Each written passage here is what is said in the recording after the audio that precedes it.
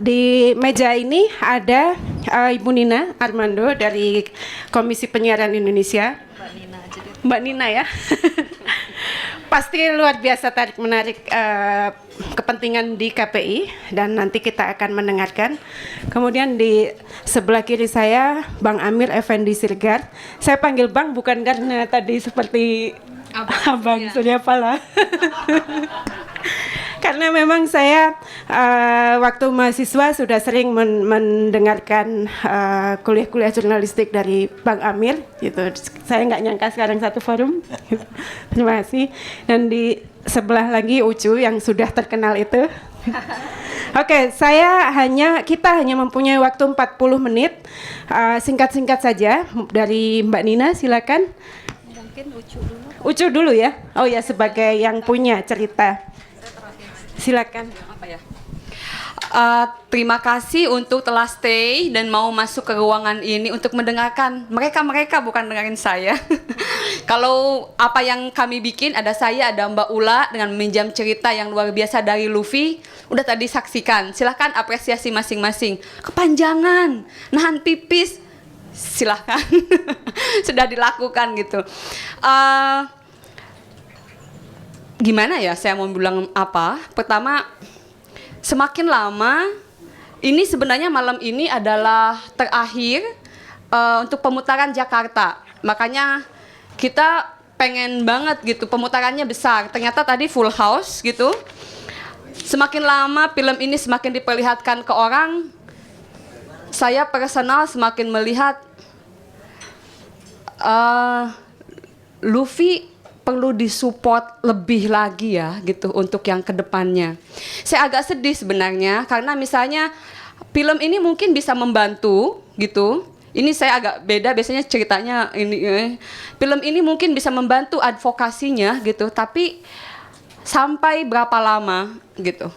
Ada bantuan yang harus kita support lebih real ke Lufiana gitu, ke Aliansi Metro yang mungkin kita bisa melakukan sesuatu justru kalau kita merasa satu ide dan satu visi misi dengan film itu. Ngapain kayak yuk gitu.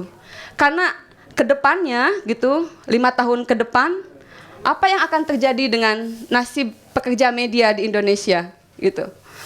Saya nggak begitu mengerti tentang konglomerasi media dan peta-peta media, tapi teman-teman para researcher, para peneliti sudah meramalkan semakin lama ke depannya itu akan semakin mengerucut konglomerasi media. Sekarang ada 12, 3 tahun lagi mungkin tinggal 5, kayak gitu. Itu mengerikan kan. Saya cuma mengajak apa ya kira-kira yang bisa kita support dan lakukan saat ini. Kita berhutang banyak pada Lufiana gitu, karena kita bisa mempermasalahkan beberapa hal atau membicarakan lagi di publik tentang media. Saya nggak mau banyak-banyak, selebihnya terserah. Ya, terima kasih. Silakan dilanjut oleh Bang Amir. Terima kasih. Saya menonton film ini 2 kali dengan yang hari ini. Bosan? Enggak.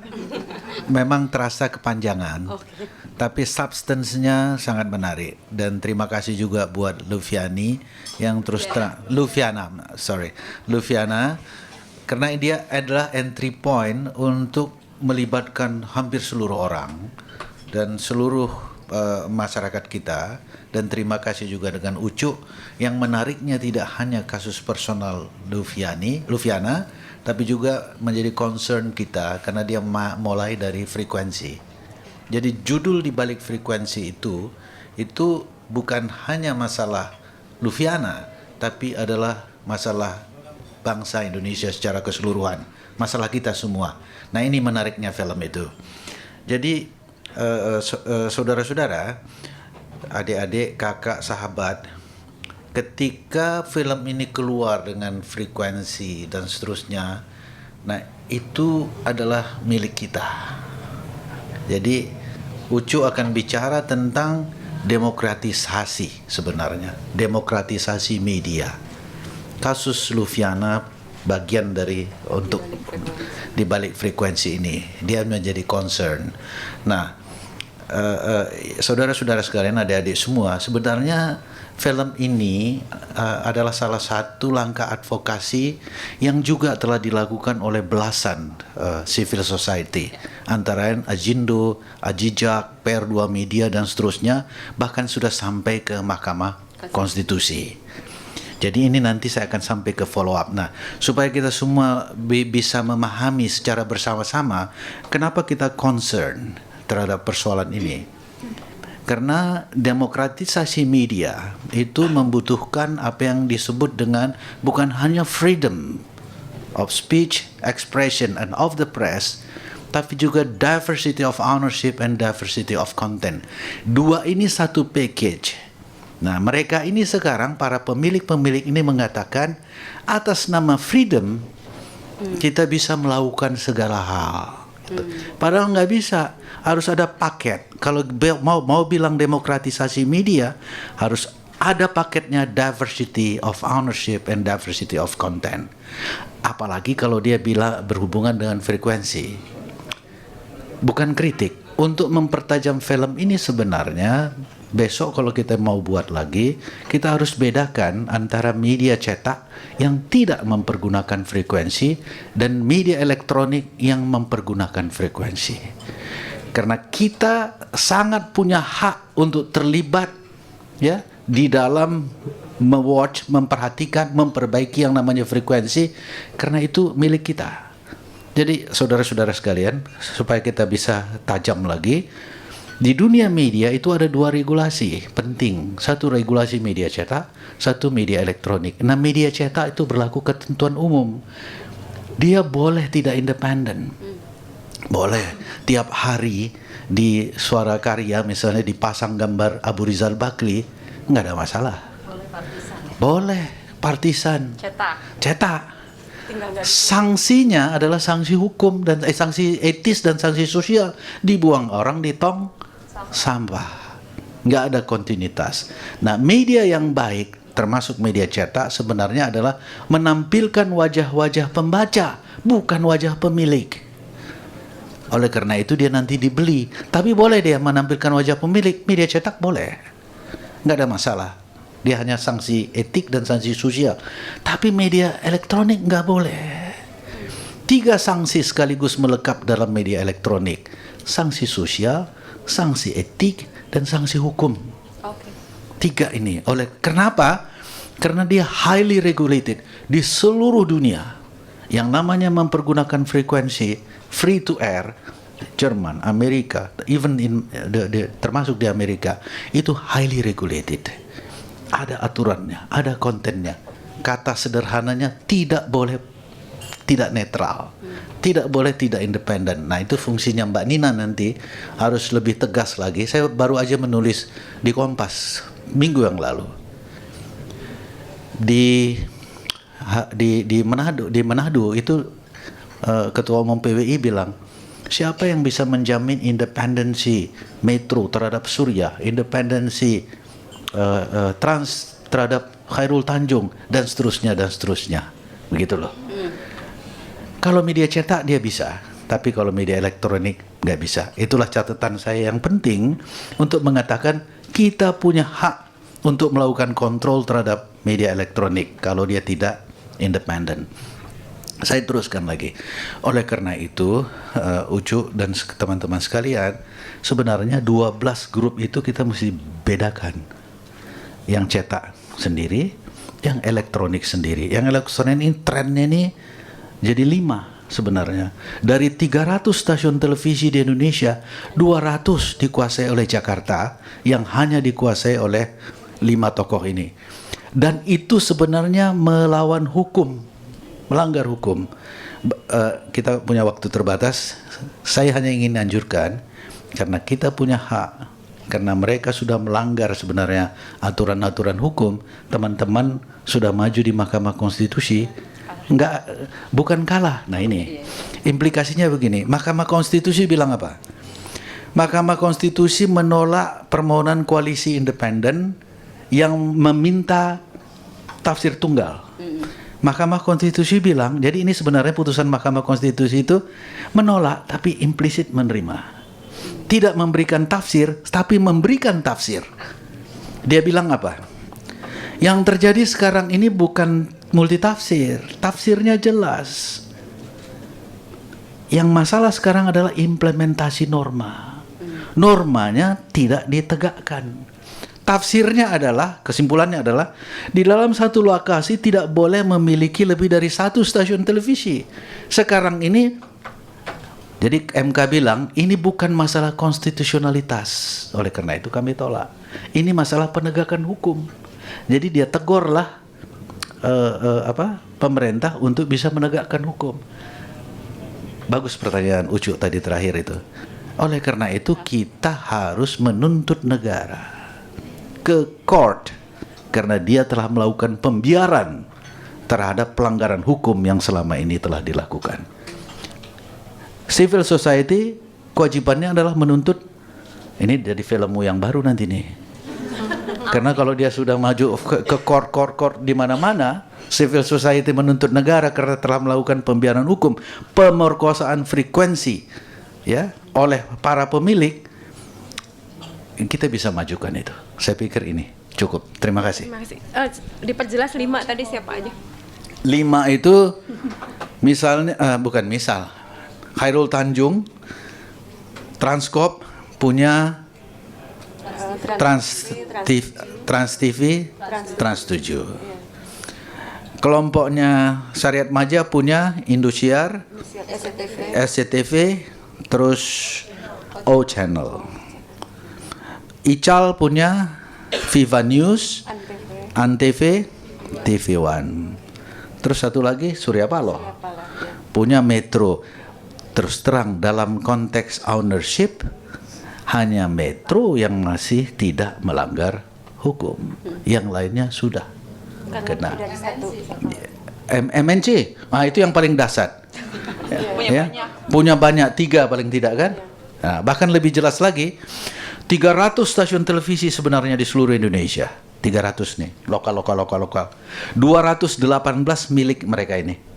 Dan inilah yang menguasai. Dan saudara-saudara, ini tambahan nih, kalau sempat nanti lihat di Kompas, saya bilang, seluruh stasiun televisi kita ini sebenarnya isinya seragam dan bias urban. Seragam, semua subur, semua. Kenapa? Di sini pertanyaannya. Kenapa? Karena seluruh stasiun televisi ini based on rating system yang sampelnya diambil di 10 kota, Bandung, Jakarta, dan sampel terbesarnya itu di Jakarta di atas 50%. Itulah sebabnya isinya itu seragam semua. Nah, ini kita harus ubah menjadi stasiun jaringan. Oke, terima kasih. Kita dengar Mbak Nina. Oke, baik. Assalamualaikum warahmatullahi wabarakatuh. Selamat malam teman-teman. Matanya sih sudah ada pada merah, tapi mudah-mudahan masih tetap semangat. Ya, saya ingin dari kata yang penjelasan Bang Amir terakhir soal rating yang masih jadi dewa. Yang terjadi sekarang ini kan, kenapa acara televisi seragam itu juga karena prinsip Me Too program. Aku juga bikin seperti itu. Kalau stasiun TV yang satu bikin sebuah acara laris, tanpa ada riset, tanpa ada apa, pokoknya mencontek. Ini yang terjadi misalnya dulu ada Kismis, kisah seputar misteri, terus kemudian ada Dunia Lain, terus ada uka-uka dan sebagainya itu ya. Jadi banyak contoh-contoh lainnya. On the spot ditiru juga karena memang itu program yang murah meriah. On the spot itu konon ongkos produksinya cuma 3,5 juta per episode, tapi mendatangkan keuntungan per episode pendapatannya 950 juta. Kata orang Trans 7 dalam sebuah forum bersama saya. Jadi mestinya itu benar. Nah, saya cuma mau bilang bahwa oke, kita balik ke film dulu deh. Saya merasa terteror dengan filmnya Ucu. Ini saya ambil dari kata-kata waktu saya menjadi narasumber dalam diskusi film ini di UI. Jadi ini sudah kedua kali dan nanti akan 2 kali lagi saya menjadi narasumber film di Balik Frekuensi. Minggu depan di UI, bulan depan di Maumere, NTT. Ini film yang tampaknya akan jadi favorit saya dan salah satu film yang akan saya sebut kalau film terbaik di dunia, salah satunya film ini ya. Nah, jadi film ini saya promosikan sekali, tapi memang saya merasa terteror. Saya merasa terteror sebagai orang KPI, saya merasa terteror sebagai dosen komunikasi karena saya dosen komunikasi. Kenapa saya merasa terteror sebagai dosen komunikasi? Karena apakah semua mahasiswa yang masuk ke industri penyiaran ini sudah dibekali bekal yang cukup untuk dia tahan, tetap berjuang seperti contoh yang ada pada Luffy. Bisa kuat nggak seperti Luffy? Saya khawatir dengan itu. Terus yang kedua adalah sebagai orang KPI, banyak hal yang menjadi pikiran betul pada saya pada saat menonton ini, karena itulah potret carut marut dunia penyiaran kita. Dan KPI dalam banyak hal itu saya harus bilang tidak mampu melaksanakan hal yang sangat ideal ada di undang-undang, dan itu bukan karena kami tidak mau dan tidak mampu, tapi karena memang kewenangan kami terbatas. Karena undang-undangnya itu memang di judicial review oleh industri penyiaran ketika baru muncul, yang menyebabkan kewenangan KPI terbatas.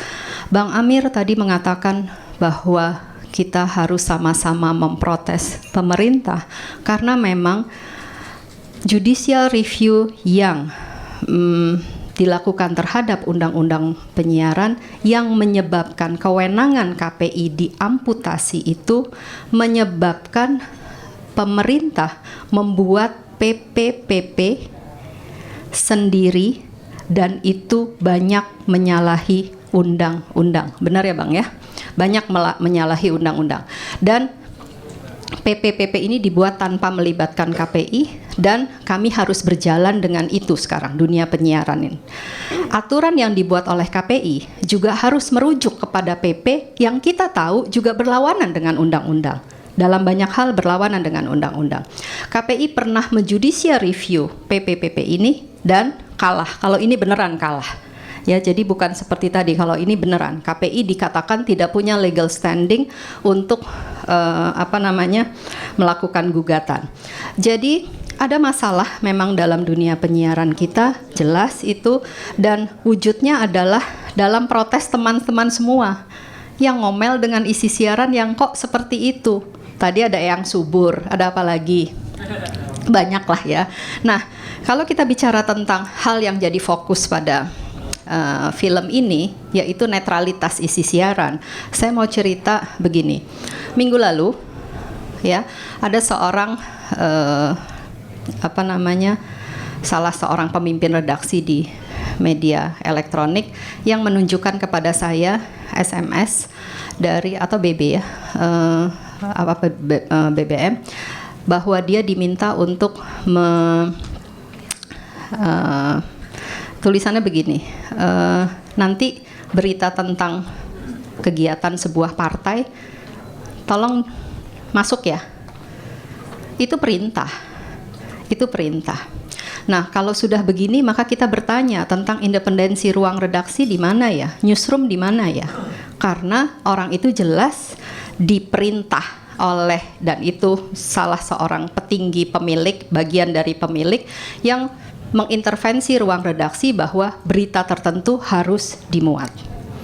Kami pada tahun 2012 pernah mengundang TV One dan Metro TV di awal 2012 terkait dengan soal netralitas isi siaran. Itu awal 2012. Kami menanyakan kepada mereka soal sikap independensi mereka, soal apakah ada intervensi dari pemilik terhadap ini, dan jawaban redaksi dua-duanya dengan gagah adalah tidak ada intervensi sama sekali. Padahal kita tahu berita tentang Nasdem itu bisa, waktu itu belum pidato sampai 8 menit, belum, waktu itu belum ya, tapi sudah mulai banjir lah. Nah, belakangan menjelang akhir 2012 kami melakukan hal yang sama, mengundang dialog lagi mereka, tetapi saat itu yang diundang adalah ada kelompok Metro, ada kelompok TV One, ada kelompok MNC. Ini terkait dengan banyaknya terutama iklan-iklan partai. Waktu itu belum jadi, waktu itu sudah jadi partai ya. Dan kami mengundang, jadi yang bicara bukan hanya KPI. Waktu awal 2012 yang bicara KPI, tapi yang akhir 2012 kami juga mengundang kelompok-kelompok penegak demokratisasi penyiaran, termasuk Bang Amir, kelompok KIDP, AJI, kami undang juga. Kami minta lembaga stakeholder tersebut yang kami undang adalah mewakili publik dan menceritakan tentang kerisauan mereka, pertanyaan besar tentang netralitas isi siaran. Kami pertanyakan soal independensi redaksi, dan kami bertanya juga soal iklan. Dan apa jawaban mereka? Semuanya seragam. Ingat ya Bang Amir ya, semuanya seragam. Bahwa iklan itu mengikuti ketentuan yang ada. Jadi dugaan bahwa iklan itu free, itu enggak. Itu mengikuti prosedur yang ada kok. Jadi bayar dan itu berarti ada pajaknya dan sebagainya. Satu, ini mereka menyatakan begitu. Yang kedua adalah tidak ada intervensi sama sekali di ruang redaksi. Jadi dengan gagah itu dinyatakan gitu loh, bahwa tidak ada. Tetapi kita tahu, jelas sekali kita tahu bahwa itu barangkali memang secara pernyataan itu tidak ada, tetapi kita tahu intervensi itu ada. Buktinya orang Metro TV dalam salah satu pertemuan mengatakan bahwa untung redaksi kita tidak sebelahan dengan tidak dekat dengan gedung Nasdem partai ya.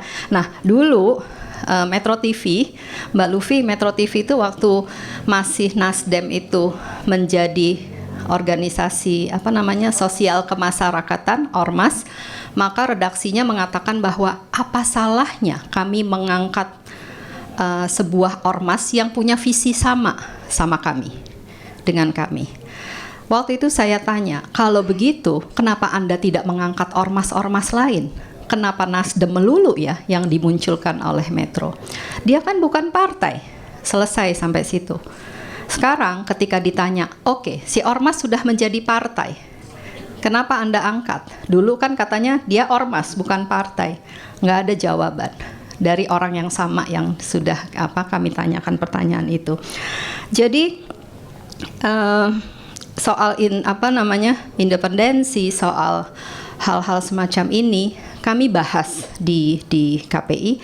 Sampai saat ini memang belum ada sanksi kami turun terkait dengan ini.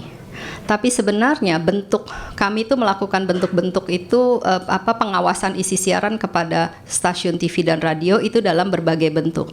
Bisa sanksi langsung ya berdasarkan pengawasan atau dalam bentuk dialog seperti yang tadi. Nah, kami berharap bahwa ke depan kami berharap bahwa publik ini lebih dapat teriak. Kenapa? Karena redaksi itu akan sangat mudah seperti ketika dipanggil oleh KPI di depan stakeholder itu mengatakan bahwa nggak ada intervensi. Mereka mengatakan bahwa pidatonya Surya Paroh 8 menit itu buat kami bernilai berita. Terus kalau memang itu dipandang oleh redaksinya itu punya news value, kita semua bisa apa? Kita kan nggak bisa intervensi newsroom. Kalau redaksinya mengatakan menurut kami itu punya news value, selesai sudah. Kami nggak bisa, dan saya rasa kita semua seharusnya memang tidak bisa intervensi ke newsroom. Seharusnya newsroom hanya diintervensi oleh yang namanya kepentingan publik. Tapi kan dalam hal ini sepertinya itu sudah tercemari. Nah, saya melihat bahwa hal yang bisa membantu kita semua untuk menciptakan isi siaran yang lebih baik ke depan adalah teriakan publik. Publik yang harus lebih banyak memprotes, publik yang harus lebih banyak teriak lewat media sosial, lewat mengadu ke KPI, dan yuk kita sama-sama kita bahas, kita dialogkan ini dengan lembaga penyiarannya.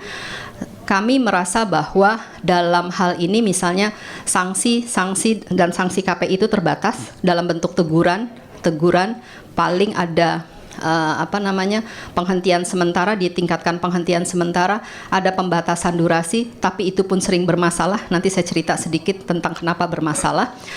Nah, yang paling bagus menurut kami yang sangat bisa menekan adalah publik yang ikut membantu KPI meneriakan ini. Kami berharap seperti itu. Saya bilang tadi bahwa sanksi itu bisa bermasalah. Contohnya adalah begini, saat ini kami menjatuhkan sanksi pada program Dahsyat RCTI. Dahsyat itu dihentikan sementara, hanya 3 hari sebenarnya penghentian sementaranya, setelah sebelumnya diberikan sanksi teguran, itu peningkatan sanksi. Tapi apa yang terjadi? Ditawar oleh RCTI.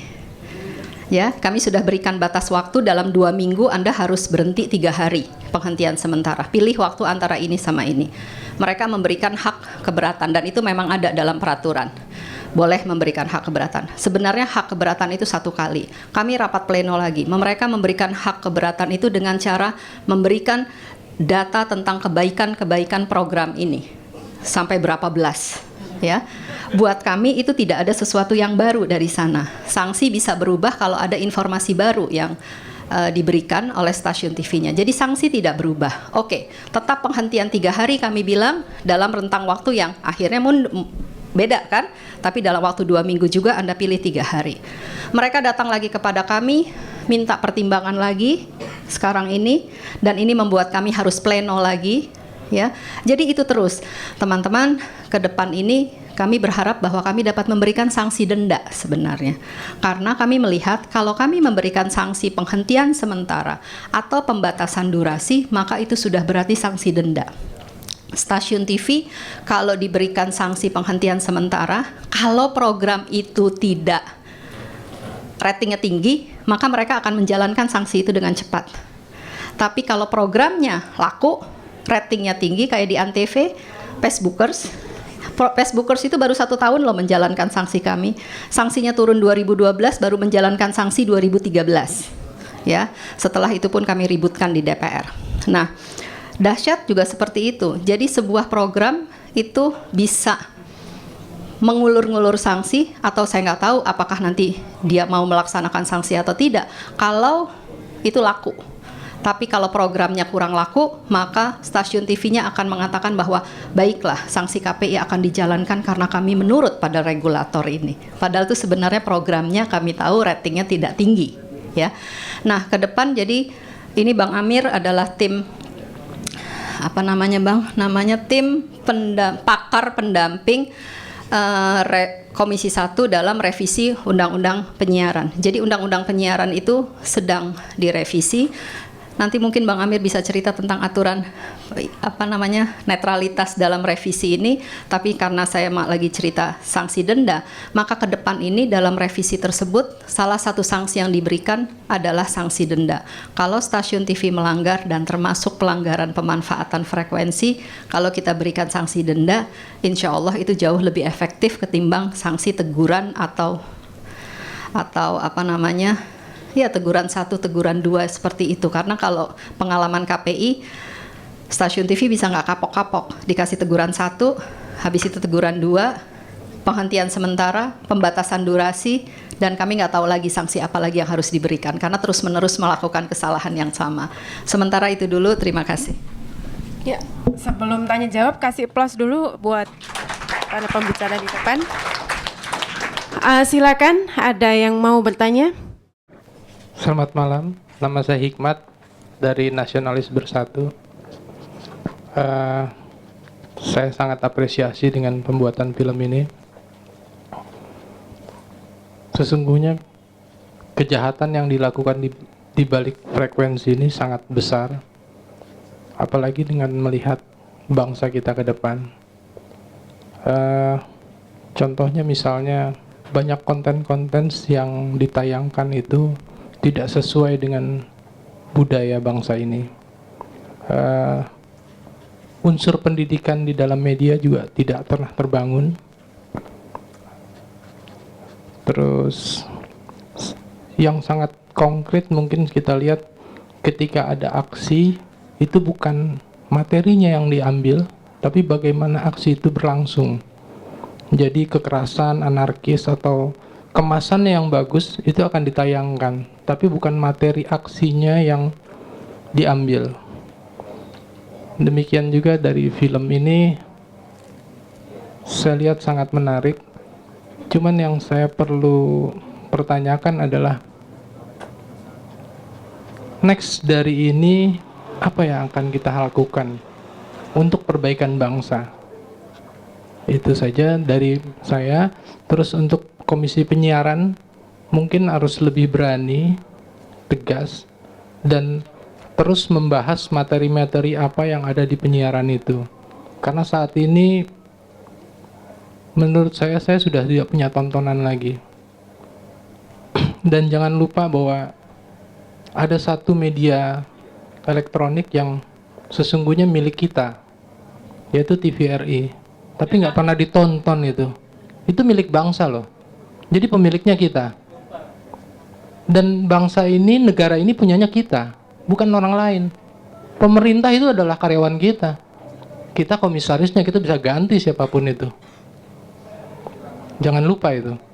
Tapi sekarang mereka jadi penguasa. Nah, ini kesalahannya. Ya, terima kasih. Nama saya Anainiatul Farihah, saya mahasiswa Universitas Indonesia. Oh ya, pertama saya mengapresiasi sekali film ini karena ini bukan hanya permasalahan buruh dari media, tapi hampir semua buruh baik di itu ranah industri maupun sebagainya. Sebetulnya kalau dalam saya belajar ekonomi, saya belajar bahasa, saya belajar filsafat juga. Nah, dalam ekonomi itu sebenarnya pekerja itu adalah harga yang wajib dibayar berapapun itu. Tapi saya mendengar dari kata-kata dari Metro TV bahwa kalau kamu menuntut banyak, nanti Metro TV akan bangkrut. Sebetulnya, kalau kamu tidak mampu membayar, Metro TV layak bangkrut. Itu dalam ekonomi seperti itu, harga yang itu. Terus yang kedua adalah kalau gerakan ini tidak bisa dilakukan dari satu baris. Jadi harus, kalau menurut pengalaman saya, ada beberapa level yang harus ditempuh. Ada yang level dari depan, ada yang harus dari belakang, ada yang harus dari mana lagi. Misalnya kalau hanya dari depan, ini mohon maaf, saya tidak menonton TV selama 6 tahun secara seksama karena saya mahasiswa nggak punya TV gitu. Itu kejadiannya semacam itu. Nah, tetapi kalau menurut pengalaman saya, ini Bapak Hari, saya melihatnya dari TV, dari film tadi. Terus adalah pertama yang dari Sidoarjo itu adalah dia maju dari Sidoarjo, tapi kemudian beliau di depan televisi mengaku, saya minta maaf kepada Bapak Bakri. Itu saya curiga bahwa dia itu diancam sebenarnya, dan itu terjadi. Memang dalam tataran kasus seperti ini Bisa biasanya dipersingkat, Mbak? oh ya, itu ada pembunuhan semacam itu, ada ancaman di balik itu. Dan saya untuk ini bisa jadi diancam, jadi gerakannya harus multi gerakan. Terus yang ketiga yang saya tanyakan kepada Ibu yang ini, kalau untuk denda saja saya kira uang itu gampang gitu. Mungkin ada titik lemah dari yang lain yang bisa kita pikirkan. Tuh, kalau tegurannya cuma denda, uang itu tidak seberapa saya kira. Baik, yang pertama dari Mas Hikmat ya. KPI harus lebih tegas. Itu akan terus kami jalankan, Mas. Saya cuma pengen memberitahu teman-teman bahwa tahun lalu, tahun 2011 kami memberikan sanksi 55, dan tahun 2012 kemarin sanksi kami naik menjadi 110. Kami nggak bahagia dengan itu. Ini untuk 11 stasiun televisi yang bersiaran dari Jakarta ya. Kami nggak bahagia karena itu berarti wajah TV-nya yang itu kan masih kotor gitu ya. Nah, di luar itu kami memberikan sanksi, imbauan, dialog, itu banyak sekali ya. Nah, sementara itu pengaduan masyarakat tahun lalu itu meningkat menjadi 43.000. Itu naik pesat, sementara sebelumnya hanya 3.000-an ya.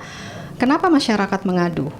Satu pihak ini menggembirakan karena KPI-nya artinya lebih dikenal oleh masyarakat. Kalau ada isi siaran yang bermasalah, KPI jadi tempat pengaduan masyarakat. Tapi kan ini juga mencerminkan sesuatu bahwa memang ada masalah yang diadukan oleh masyarakat. Itu seperti sekarang ini, misalnya, pengaduan terbanyak itu berita. Dan sampai sekarang tahun 2013 itu tidak berubah. Sementara sebelumnya 2011 ke belakang yang diadukan masyarakat terutama apa? Sinetron. 2011 itu misalnya Anda mungkin masih ingat Putri yang ditukar. Ya, itu yang diadukan masyarakat banyak. Tapi 2012, 2013 awal ini sampai 4 bulan ini yang diadukan adalah berita. Jadi memang tampaknya ada masalah dan salah satu yang diadukan itu adalah soal netralitas, kemuakan orang atas iklan-iklan ARB, Nasdem dan sebagainya di televisi. Kemudian Mas bicara soal TVRI. Saya mau cerita juga bahwa TVRI betul itu TV publik, tapi yang yuk kita jaga sama-sama. Karena kalau kami amati, kok siarannya sekarang mulai mengarah ke TV swasta ya. Dalam sebuah acara musik dangdut misalnya, saya sampai kaget, saya merasa saya salah baca logonya. Karena saya pikir itu salah satu logo TV swasta yang lain. Karena itu mirip dengan tampilan di salah satu stasiun televisi swasta yang ada. Ternyata itu TVRI. Dan kami sudah bicara dengan, kami panggil direksinya, direktur utamanya, dan kami bicara ini untuk ini dijaga. Karena ada kekhawatiran kami bahwa sejumlah acaranya ini mengarah ke berbau TV swasta dan hanya entertainment yang jadi ini. Dan mereka juga sudah berlangganan Nielsen sejak 2012. Kami pertanyakan kenapa? Karena kami rasa tuh pakai uang ini kan negara kan, ya. Mereka merasa bahwa ya itu memang jadi perhitungan. Ini direksi baru ini yang waktu itu kami panggil karena kami khawatirkan mengarah ke sana. Ada acara TVRI itu bahkan kami harus awasi secara khusus. 2 acaranya itu dapat sanksi penghentian sementara tahun 2012 kemarin. Jadi memang rasanya ini harus dikawal sama-sama, walaupun saya sepakat sangat banyak acara di TV publik tersebut yang bagus dan sekarang ada perubahan-perubahan juga bagus di sana. Sejumlah acara talk show-nya itu bagus, berubah dari yang dulu. Jadi jangan membayangkan TVRI yang jadul lagi sekarang. Yang nonton TVRI siapa di sini selain Mas Hikmat? Oke. Masih sedikit, saya bertambah banyak. Nonton bola alah ya. Jam 1 nonton musiknya. Musik. Iya, jam 1 play jadi kayak ada playlist terus ada. Iya. Oh, diary. Iya, itu sudah dapat sanksi dari kami beberapa kali. Saya ingat itu. Iya, video klip betul. Yang ada musik ya, betul. Nah, soal sanksi denda yang disebut oleh siapa? Anayatul Farihah ya. Soal sanksi denda dalam beberapa pengalaman di beberapa negara sanksi denda itu bisa efektif. Amerika pengalamannya itu ya Bang ya. Seharus besar, kita nyebut miliaran. Dan pengalaman kami begini, kami justru kenapa sanksi denda yang kami usulkan dan bukan sanksi pidana penjara, ya, karena sanksi denda itulah yang ditakutkan oleh stasiun TV, uang, orientasinya kan profit, dan kita ngomong tentang miliaran. Sebagai contoh, sebuah sinetron di prime time, dia muncul 3 jam. Waktu 2012 itu trennya adalah sinetron panjang, 3 jam. Dia dapat sanksi penghentian sementara dari KPI. Pembatasan durasi oleh KPI. Dibatasi durasinya selama 2 hari hanya boleh muncul 50% waktunya. Jadi hanya boleh muncul 1,5 jam. Lalu mereka mengatakan kepada kami, Mbak, kami itu sudah pasti kehilangan 750 juta dengan dikurangi durasi hanya boleh 1,5 jam. Kalau kami nggak bisa jual, kami kemungkinan kehilangan 1 M. Jadi dengan pengurangan durasi, berarti 2 hari itu 3 jam, mereka hilang. Bisa jadi sudah di tangan itu 250. Jadi itu yang mereka takutkan. Sekarang ini kalau sanksi KPI, penghentian sementara atau pembatasan durasi, itu juga berarti sanksi denda. Kenapa dahsyat tidak mau berhenti? Kenapa Facebookers dulu juga alot sekali tarik-tarikannya pada kami? Karena itu adalah program yang mendatangkan uang. Dan ketika dihentikan sementara atau dibatasi durasinya, berarti ada potensi iklan yang hilang. Jadi sanksi denda ini bisa sangat ampuh. Ya, dan itu ditakuti oleh lembaga penyiaran. Kalau kita bilang ada usulan di revisi undang-undang yang baru, misalkan tentang pidana penjara, kami menganggap bahwa itu bisa, kami khawatir itu dianggap mengkriminalkan media. 1, dan kedua adalah pidana penjara. Siapa yang dipidana? Siapa yang dipidana? Bisa seseorang yang di level bawah yang jadi korban. Itu yang kami merasa bahwa ini bisa tidak efektif gitu loh. Nah, sekarang ini sanksi denda tidak jalan. Kenapa tidak jalan? Di undang-undangnya ada. Tetapi sanksi denda menurut PP-nya itu hanya bisa berjalan untuk 2 pelanggaran. 1, kalau iklannya melebihi porsi 20%, baru kena denda. 1 lagi, kalau menampilkan iklan rokok di luar ketentuan jamnya, kan dia baru boleh muncul 9.30. Hanya 2 itu. Di luar itu apa yang bisa dilakukan? Nggak bisa sanksi denda. Jadi memang masih terbatas kewenangannya itu tadi. Ya, makasih. Oke, silakan menambah. Ini ya Bung Hikmat, ini yang saya tawarkan tadi. Kemarin itu kan teman-teman koalisi itu 14 maju ke Mahkamah Konstitusi. Itu hampir semua pemilik TV hadir di sana. Itu panggung dia. Meskipun keputusannya itu seperti yang saya katakan tadi, ditolak tidak, diterima juga tidak. Itu artinya silahkan maju ke court. Nah, itu yang saya bilang. Next step-nya bisa dipergunakan keputusan Mahkamah Konstitusi yang mengatakan bahwa tidak ada tafsir lain. Tafsirnya itu jelas, dia bilang dalam peraturan, dalam undang-undang itu ada bahwa yang sekarang terjadi itu implementasi norma. Artinya terjadilah pemerintah tidak melaksanakan apa yang diperintahkan oleh undang-undang. Perintah melakukan pembiaran terhadap seluruh pelanggaran ini yang terjadi. Caranya bagaimana? Majulah ke court. Tapi terus terang saja court juga, kita nggak sekarang ini, buat saya jangan bicara hasil akhir, bicaralah proses. Tidak akan pernah ada hasil akhir apapun buat kita kalau tidak pernah menjalankan proses. Ya kan? Ini namanya dialektik kan? Memang harus dilakukan. Ucu juga buat film ini dia tidak mengharapkan hasil yang luar biasa. Dia jalan dalam sebuah proses. Tesa, antitesa, sintesa baru pasti akan lahir. Itu maksud saya, Mas. Kenapa? Terus terang, saya cerita juga. Jadi next step saya menyarankan itu. Jalankan semua proses ini. Mungkin tidak, bukan hanya core sebetulnya. Banyak proses-proses lain yang bisa dijalankan. Salah satu lagi yang ingin saya sampaikan di sini, di DPR itu ada, saya ini salah satu anggota dari 7 tim anggota pakar pendamping yang menyusun undang-undang penyiaran yang baru. Kami bertujuh, setahun berdebat, pukul meja, banting meja.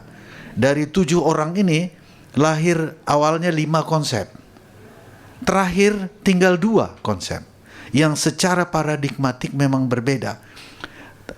Anggota DPR bilang, Bapak-bapak anggota tim pakar pendamping, tolong dong dibuat dari yang 2 itu menjadi 1.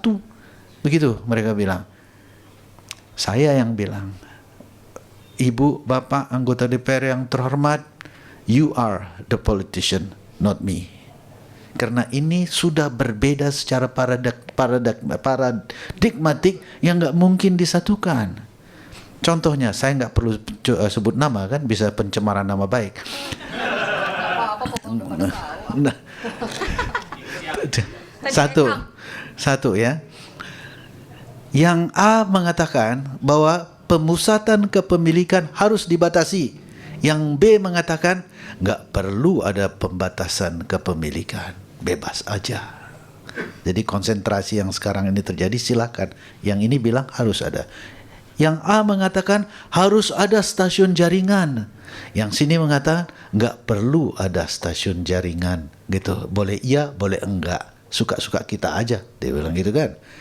Jadi ini aja kan sudah secara prinsipil berbeda. Yang sini bilang di seluruh negara demokrasi independent regulatory body, yang jadi regulator utama itu adalah independent regulatory body. Yang di sini bilang nggak perlu, pemerintah aja lah, gitu kan. Ini kan sudah konsep yang berbeda. Andai kata maju di court, ini bisa bagian dari pendorong, ada hubungan nih penyusunan undang-undang. Sekarang cerita menariknya saya ingin tutup dari pertanyaan itu tadi. Apa yang dilakukan oleh DPR akhirnya untuk melihat dua konsep yang berbeda?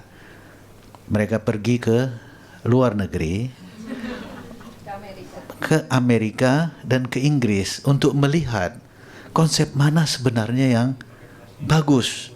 Nah, terus terang, terserah kita mau protes ke Amerika ataupun tidak. Dalam konteks ini saya merasa berbahagia, positif.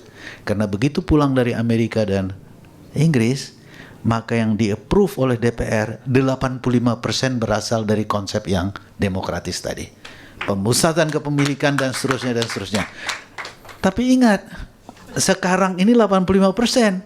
Kalau nggak dikawal, dia bisa jadi zero. Karena pasti ini setelah ini kan dibawa ke pemerintah.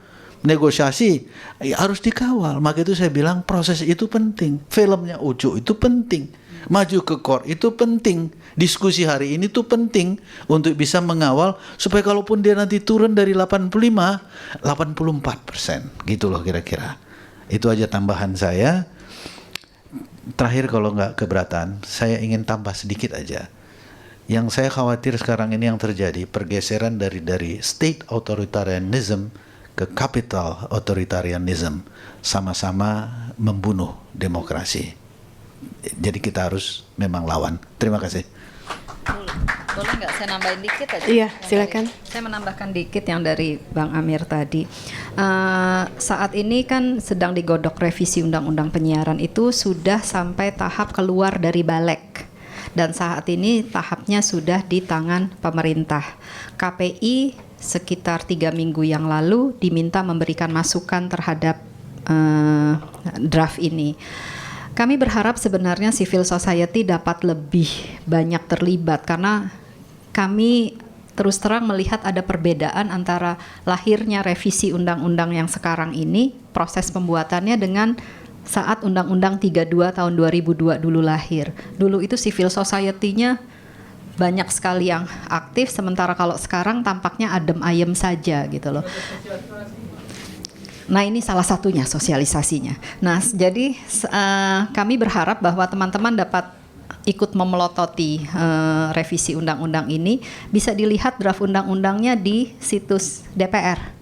Itu bisa dilihat dan sama-sama kita lihatlah apa yang menjadi masalah dan apa yang kita bisa lakukan bersama-sama, dan itu mungkin yang nanti ada forum-forum yang bisa teman-teman juga ajukan ke DPR untuk bicara mengenai ini. Salah satu yang kami harapkan adalah penguatan KPI sebenarnya karena itu kan menjadi dasar napasnya demokratisasi di sana. Ada badan independen yang mewakili publik dan mengatur mengenai penyiaran. Dan sekarang ini kalau dari draft yang timnya Bang Amir buat itu yang 85% memang menguatkan kewenangan KPI, tapi kami tidak tahu karena di tangan pemerintah sekarang, pemerintah tuh mengeluhkan sekali draft ini karena dikatakan sangat berbau KPI. Pemerintahnya mana? Lah kalau pemerintah ikut lagi maka terjadilah lagi hal yang seperti ini lagi gitu loh. Itu yang kami juga khawatirkan. Oke, sudah pukul 11. Nggak problem. Saya cuma mau ini aja. Nanya what next gitu, kita punya 2 masa depan. masa depan jangka pendek dan masa depan absolut atau yang kita nggak pernah tahu. What next yang bisa dilakukan teman-teman? Misalnya ya, saya tuh suka rada malu-malu kalau membuat, kan film ini harus tonton gratis ya, kayak gitu. Tapi sebenarnya bisa juga untuk dijadikan alat fundraising gitu. Malam ini sebenarnya pengen melakukannya. Kalau nanya what next gitu, dalam yang bisa kita lakukan dalam 5 menit atau 10 menit ke depan, di situ ada kotak, serius ini, untuk fundraising Aliansi Metro. Tanya sama Lufiana akan sampai kapan dia terus memperjuangkan ini. Nggak tahu, tapi Luffy bilang akan melawan dengan sehormat-hormatnya. Karena Luffy nggak di sini, padahal ada, dia boleh ditanya, teman-teman boleh berbincang nanti, tapi apa namanya, sampai kapan nggak tahu. Saya harus menyuarakan ini gitu karena ini yang ingin ada dalam film. 2 tahun, setahun, nggak tahu. Karena salah satu yang dilakukan oleh para pemilik modal atau mereka yang memiliki kuasa itu adalah dengan cara membuat lelah orang-orang pejuang-pejuang kita gitu. Saya cuma pengen kalau misalnya ada teman-teman di situ ada kotak fundraising, silahkan, tadi lupa gitu. Terus what next-nya lagi udah dibilang tadi sama Mbak Nina, harus butuh ketukan suara publik. Tapi kalau saya pribadi, Aliansi Metro nih harus mungkin teman-teman harus tahu. Sebagai film, sebenarnya saya tahu ini film akan film aktivisme. Tapi belakangan ternyata dengan begitu, tadi lihat epilog gitu, kalau sesi yang sebelum epilog yaitu di Komnas HAM itu agak mengganjal. Kami sendiri di editing, masukin apa nggak masukin, saya berkeputusan masukin. Kalau sebagai alur film mungkin terlalu mengganggu itu, tapi kalau sebagai film campaign sadar sekali harus dimasukkan. Poin Umar Idris misalnya di film itu, nggak apa-apa ya saya bicara tentang filmnya, justru menjadi penting karena banyak jurnalis yang nggak sadar kalau misalnya ketika di PHK dan lo nggak dapat gaji dan lagi kasusnya dimasukin ke PHI gitu, boleh kok mengadukan ke polisi gitu. Nggak ada yang mau. Kebanyakan mereka lelah, tidak berdiri dengan tegak seperti Lufiana misalnya, hal-hal seperti itu. Makanya kita memasukkannya gitu. Kita sadar banget ini akan ditonton oleh para mahasiswa. Dan kami sangat tidak menyangka misalnya ketika di Malang ada 659, kita aja serius dikasih ruangan gede banget, 400, gila nih orang-orang UMM gitu, Mas Muhammadiyah Malang, full house tetap gitu. Karena kami paham banget, kami tuh ada saya, Mbak Ula, ada tim juga di yang teman-teman lain, 5 tahun ke depan teman-teman mahasiswa ini gitu, yang akan ada di poros tersebut. Cuma kalau ke kampus suka malu kalau minta fundraising, aduh anak kampus misalnya kayak begitu. Untuk teman-teman ketahui, saya yang next dalam rangka praktis aja ya, what next. Kita tuh bikin fundraising, nggak tahu mungkin Mbak Nina atau siapa teman-teman ada di sini gitu bisa menceritakannya lagi juga ke teman-teman yang lainnya. At least kalau misalnya kita fundraisingnya tidak jalan atau mari kita laksanakan untuk Aliansi Metro supaya kuat gitu karena juga butuh dana. Kabarin pada orang-orang gitu, ada film ternyata sekarang kalau kita jadi milik bersama film ini adalah film for action gitu. Ada film yang juga bisa ditonton dan bisa dilihat oleh lebih banyak orang, terutama mereka yang punya concern tentang media. Dan sebetulnya salah satu misi kami, seperti yang sering dibilang di acara-acara diskusi kita, kenapa membuatnya menjadi frekuensi publik pada akhirnya, padahal awalnya tuh bukan cerita tentang Pak Hariswandi misalnya, dulu tuh sepakat sebenarnya Serikat Pekerja Koresponden Tempo. Jadi jurnalis dengan jurnalis. Kalau di Metro TV yang sebegitu besarnya tidak boleh, di Tempo itu jurnalis bikin kontributor, bikin Serikat Pekerja boleh. Awalnya seperti itu. Tapi kami kemudian memutuskan untuk mengambil Hariswandi karena kita paham kalau mengambil itu maka ini akan menjadi isu nasional. Kenapa? Hak publik di Indonesia salah satu yang terendah, terutama hak akan frekuensi. Sebelumnya Pak, saya nggak tahu kalau frekuensi milik publik. 1,5 tahun yang lalu aku nggak tahu, serius. Dan menurut saya banyak juga yang bodoh-bodoh kayak saya gitu. Saya baru tahu belakangan ini saja, misalnya gitu. Apalagi ya, ada hal-hal yang ingin saya sampaikan. Oh ya, ada punya Twitter, ada punya Facebook, punya blog. Boleh nggak nge-tweet ke kita @dbalikfrekuensi, nggak pakai i, kayak begitu. Ini selalu saya sarankan, apapun juga itu tentang film ini atau tentang media di Indonesia, di-tweet ke kami akan retweet kayak begitu. Itu penting untuk kita. Kalau nanti Mbak Nina juga mau campaign nomor berapa pengaduan KPI gitu. Justru teman-teman saya tuh ketemu para blogger gitu, ketemu para buzzer di Semarang yang pengen banget, ayo ngebahas, ayo gitu. Tapi mungkin source seperti ini yang bisa membuat kita bergerak bersama gitu. Toh pada akhirnya secara film ya sudah, mungkin ini adalah film for action. Let's action.